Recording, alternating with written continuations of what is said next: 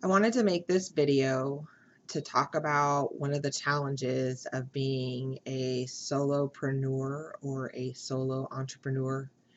Essentially, it means that you are trying to make your dreams come true, essentially on your own. So, for the last 2 months, my content on social media has been really lacking. And that's how I get the word out about what I'm passionate about is through social media. And it's really been lacking over the last 2 months. That's really hard for me to say that and acknowledge that. And a friend of mine had messaged me that she wanted to do a little project with me, and then she didn't show up, which was fine. She had it down wrong on the calendar, right? When she contacted me. And I told her, I was like, that I understand, no problem. And she started telling me that she has some things going on, and it just, really rattled her brain. And that's exactly what's been happening with me. And I told her that. I said, we don't have secretaries and we don't have coworkers that can pick up the slack when our life starts going sideways. And that little quick exchange through LinkedIn really sat with me the last couple of days.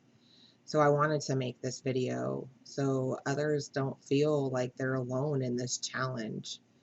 I have a lot of personal things that are going on right now. If you don't know, I have 4 children, and honestly, all 4 of them are having their own little challenges. Not little, some of them are pretty big challenges. And that weighs on me as a mom. I understand that 3 of my kids are adults, but I've always been that person for them, that rock, that safety net.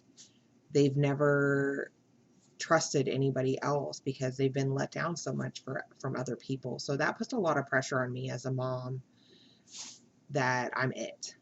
So when they're going through things, they come to me. So I'm fielding their challenges right now, and some of them are really big and some of them have hit me really, really hard, to the point where it started taking a toll on my mental health. And I've already been struggling with mental health. I've been trying to get services in San Antonio since I moved here. So if anybody knows, when I moved here, it's been over a year and a half. I have not had any mental health treatment other than medication. And that's sad as a veteran. Um, and it only got worse when COVID hit, because I feel like people got really lonely. So lonely people utilize mental health services to not be so lonely. And I'm not saying that everybody's doing that. I'm saying it's bogged down the system, in my opinion, because it's just gotten more challenging since COVID hit, or people's mental health situations have gotten more dire and they need more services. And if you're already in the system, it's a little bit easier to get services than somebody that hasn't established themselves. And I've been trying, and appointments keep getting canceled on me day of for this personal reason, that personal reason. So, I'm not getting the services that I need. And my friends, they do their best to be there for me, but sometimes friendship is just not enough when you're going through a tough time. So that leads me back to what I was talking about. When you are trying to make your dreams come true, essentially on your own, and you don't have anybody that can take over that podcast, or that blog writing, or video recordings. I am my brand for both of them. I have 2 brands. I am my brand for both of them.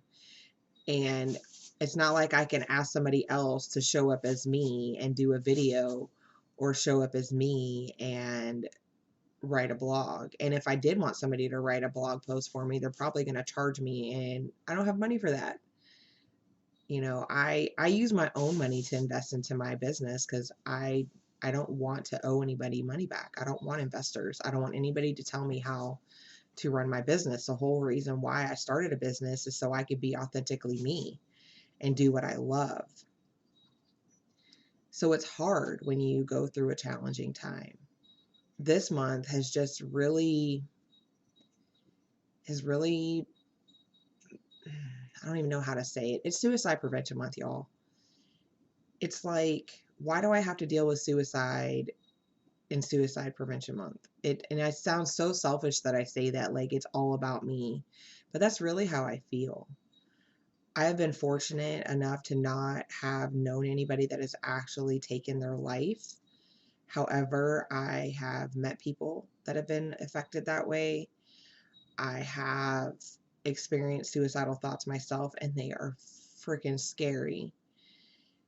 And two of my daughters have struggled. One of them, most recently, for the first time, had suicidal thoughts, and those thoughts are scary. That's why it cracks me up that we don't really focus on trying to prevent those thoughts. We focus on trying to keep people from killing themselves, which I think is important too. But those thoughts are scary. And once you've had them, you're afraid of them the rest of your life, in my opinion. I know that's how it impacts me. That's how it has impacted my children. And you know the things that brought it on the first time. So you are desperate to try to prevent those things.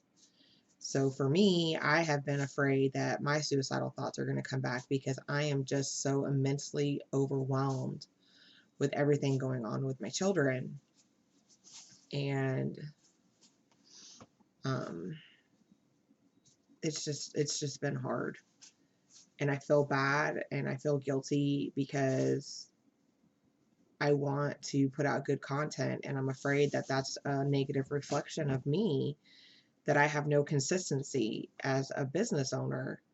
But this is life. This is life, and I want to put this out there that this is how it is to be an entrepreneur. You don't always have the consistency you want to have. And I even have one of my kids that does a lot of my social media, but she can't put out content that I haven't created.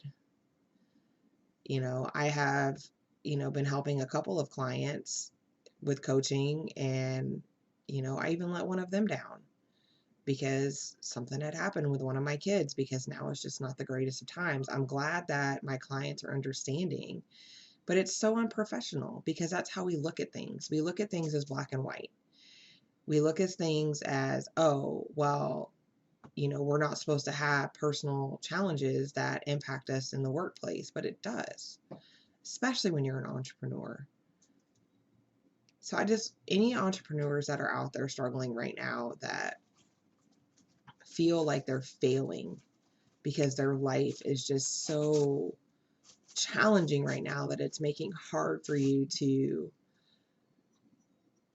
put your business together or help your clients or put out content or whatever your business is, you're not alone. It is really hard to be an entrepreneur and also live life with all its messy parts. Keep doing the best that you can do. Hug your friends, hug your family. Well, no, don't do that. It's COVID. Don't hug anybody. Uh, let people know that you love them and check on them. And if they tell you that one little thing that wouldn't bother you is bothering them, don't discount it. Because we all have things that bother us, and we all have things that impact us, and it's different for everybody. So just be a good friend, be a good family member, be a good coworker, be a good mom, be a good dad, be a good child. Just be there for each other and be understanding. And even of the folks that you expect to be there all the time, understand that we are not perfect. We are human. So that's what I had to say today.